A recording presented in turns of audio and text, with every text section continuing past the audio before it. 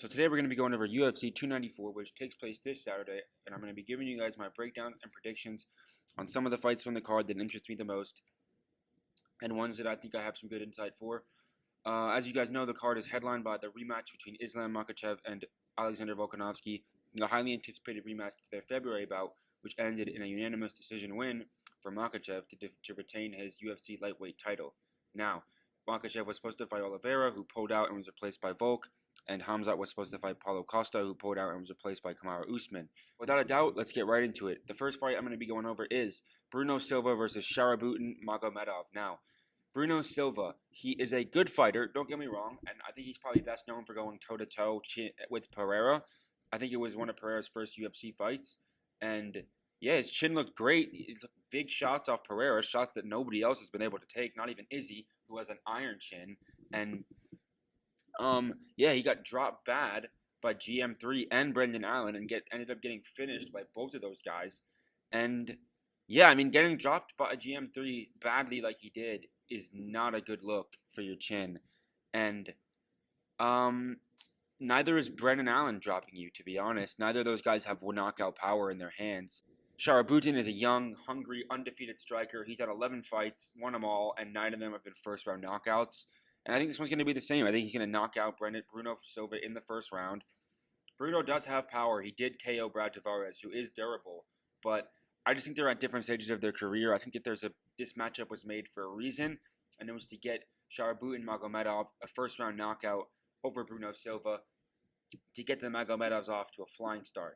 Now, the next fight I'm going to be going over is Sedriques Dumas versus Abu Azaitar. Now, Sedriques Dumas did look bad against Josh Fremd, who's kind of trash, and his best win is over Cody Brundage, who is trash. But at least he's been actively fighting and improving in the gym, unlike Abu Azaitar, who hasn't fought since getting knocked out by Marc-Andre Barriou back in 2021, and besides that, he has fought one time in 5 years. And I just don't like when fighters, especially fighters who are 35 and above, take these extended layoffs. Like, remember Alex Reyes a few weeks back took like a 5-year layoff and then comes back against a young guy like Charlie Campbell, who is no world beater in his own right, but against a guy like that who's 35 plus taking such a long layoff, I just don't like their chances when they're coming up against, but they're returning against young, up-and-coming guys that are hungry, you know, and not to mention, Abu's brother just got chin-checked and exposed. So I'm going to be going ahead and I'm going to be picking Sedriques Dumas by round 1 to TKO, possibly round 2 TKO. But I just think he's going to get Abu Azaitar out of there because I think that Abu Azaitar's done. He's 37, hasn't fought since getting knocked out in 2021. Even though Sedriques Dumas is not like this world-beater guy, at least he's a young guy that's hungry and active. So yeah, I'm going to pick him by round 1 TKO. Now, the next fight I'm going to be going over is Ikram Aliskerov versus Warlley Alves. Now, there's not much to say here. Alves is all they can get for Ikram on short notice. And I do think that Ikram is a bit, I don't know if overrated is the right word, kind of overhyped, because he was getting touched up by Phil Hawes, and Phil Hawes is not good. Anyways, I'm picking Ikram. I think Alves will have nothing for him, and I think he's going to get finished in round 1. Pretty much an easy win for Ikram. Even though I don't think he's like future champ, I think that he's a little overhyped for the win he got. Warlley Alves is not going to have anything for him. Let's move on to Magomed Ankalaev versus Johnny Walker. Now, I honestly think that Johnny Walker is going to catch Ankalaev and put him away. I don't know. I just think that he's going to be too wild for Ankalaev, and he's going to catch him with something unexpected. Ankalaev does have the wrestling advantage. He even out-wrestled Jan, but that fight confirmed something, that Ankalaev does not use his wrestling unless he literally has to use it. And even then, he didn't use his wrestling in time, and he ended up bringing that fight to a draw. And I just don't see, in a 3-rounder with Walker, I just don't see him using his wrestling in time to just like dominate and get a win. Like, I just don't see it happening. I think Johnny's super long. You know, he's like 6'6". He has a crazy long reach. I think his length and his unorthodox striking style and his freak athleticism and explosiveness can really pose Ankalaev problems with his really controlled technical style. Like, one thing about a really technical, controlled style like that is it works the best when you're fighting someone who's also controlled and technical. It doesn't work as well against someone who's going balls to the wall and is a wild man. You know what I mean? Like, as long as that person is themselves has striking ability. Like, if we're talking about some wild man street fighter who like has never learned how to throw a punch in his life, obviously that's a different story. But like, like a wild man trained fighter can give a guy problems that has that composed kind of style if they're expecting that kind of fight. The leg kicks could be there for Johnny. That is something that Ankalaev has struggled with defending in the past, is those low kicks, and Johnny Walker was picking Smith apart with those low kicks. And Jan was battering Ankalaev with those low kicks, but I will give Jan a good amount of credit. He has a much better leg kicking game than Johnny, in my opinion, though Johnny's leg kicking game is underrated. Johnny has a sus chin, that's a fact, can't argue really about that. But Ankalaev doesn't rely on his power that much, and he's never KO'd anybody who's legit. He's KO'd guys like Ian Cutelaba and shit like that. But, come on, Ian Cutelaba's kind of a bum. You know what I mean? Besides that, who's he really KO'd? You know what I mean? Who has he KO'd? Let's check right now. I'm not about on the feet here. Like a on the feet standing KO. His last one he got was over, a legit KO was over Cutelaba. The Anthony Smith one was like a leg injury, big deal. I'm talking about legit KO or TKO on the feet. He hasn't KO'd anybody that's legit. So I'm not going to go out here and say that he's going to one-punch KO Walker. And yeah, so I'm going to pick Walker by flash KO late in round 1, maybe even early round 2. I really do think that I can see it happening right now. I can see it happening. I can see them going.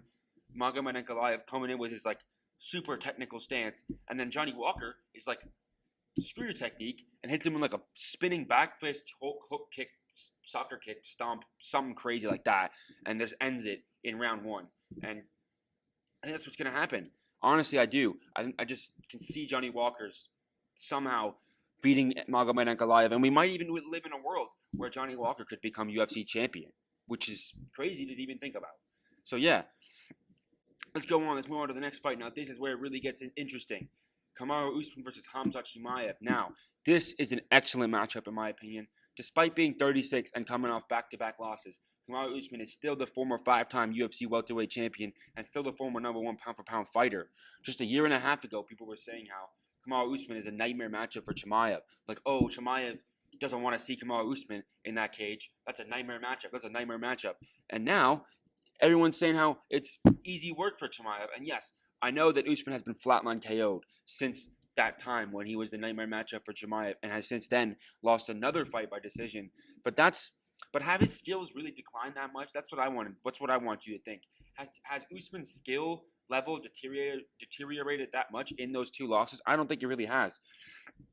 The second loss to Leon and the subsequent gun-shy talks, I genuinely think that had a lot to do with, the first one being such a devastating KO, and then the rematch being a pretty quick turnaround. I mean, Usman was literally face-to-face in the cage with the man who stiff KO'd him in front of his daughter and took his belt.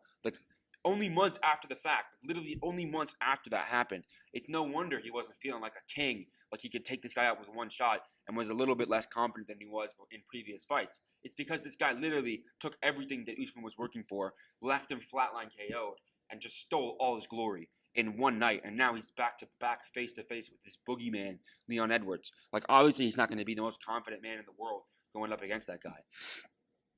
And I just think that this fight is a lot more even than people are making it out to be. Khamzat Chimaev is not Leon Edwards. You know what I mean? He's a completely different fighter. He does not have the striking ability whatsoever that Leon Edwards has. I don't know what people are acting like he does. He just doesn't. Khamzat is there to be hit.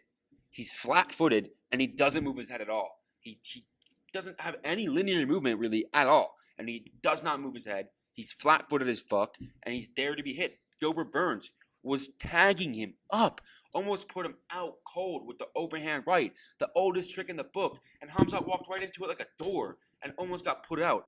And Kamaru Usman has one-shot KO power in both hands, and he has world championship level boxing. We've seen him knock guys out with that straight right, and we've seen him knock guys out with that straight left. He has world knockout power in both hands. He has a world championship jab. He has great boxing, and he's knocked out guys like Jorge Masvidal, who are amazing strikers who had never been knocked out before, and he knocked him out stiff.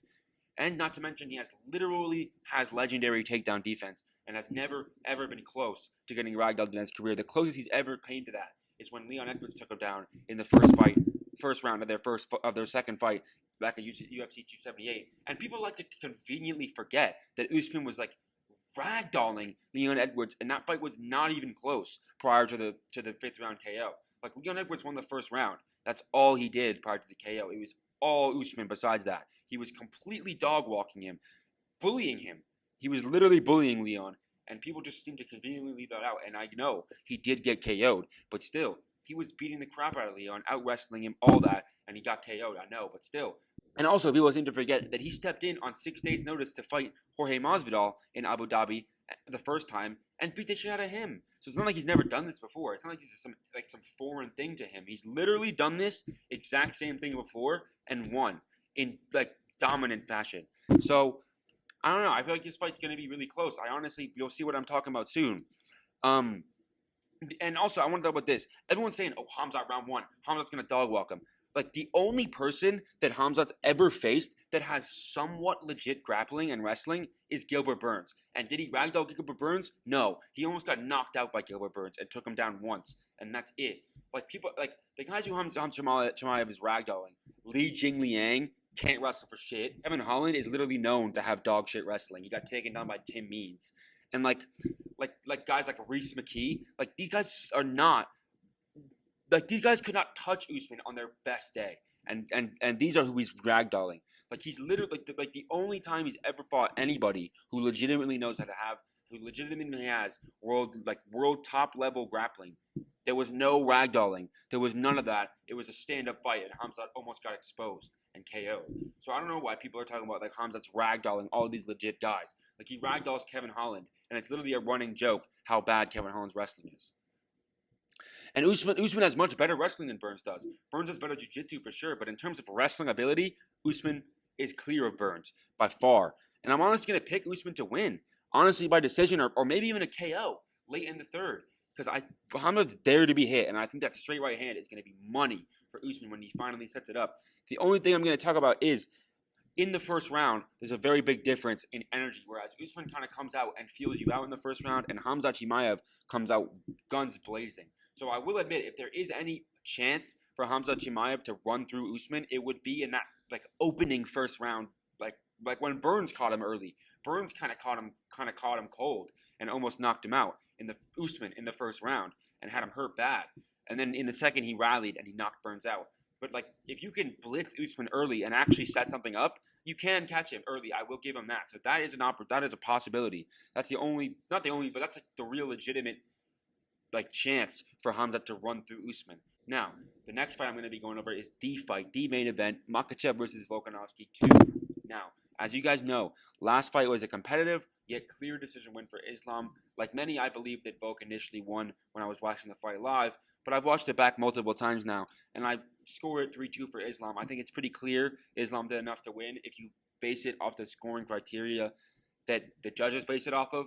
Whether or not you agree with that criteria is out of the window. You know, I'm talking about the current criteria that they judge fights off of, like that all fights are judged off of. Islam won that fight, and Islam struggled with recovery after cutting weight, as he had around 12 hours less than he's used to having to cut weight, and he'll have almost a full day to recover this time. And I really think that will play into this fight, and I think that played into why it was so close last time.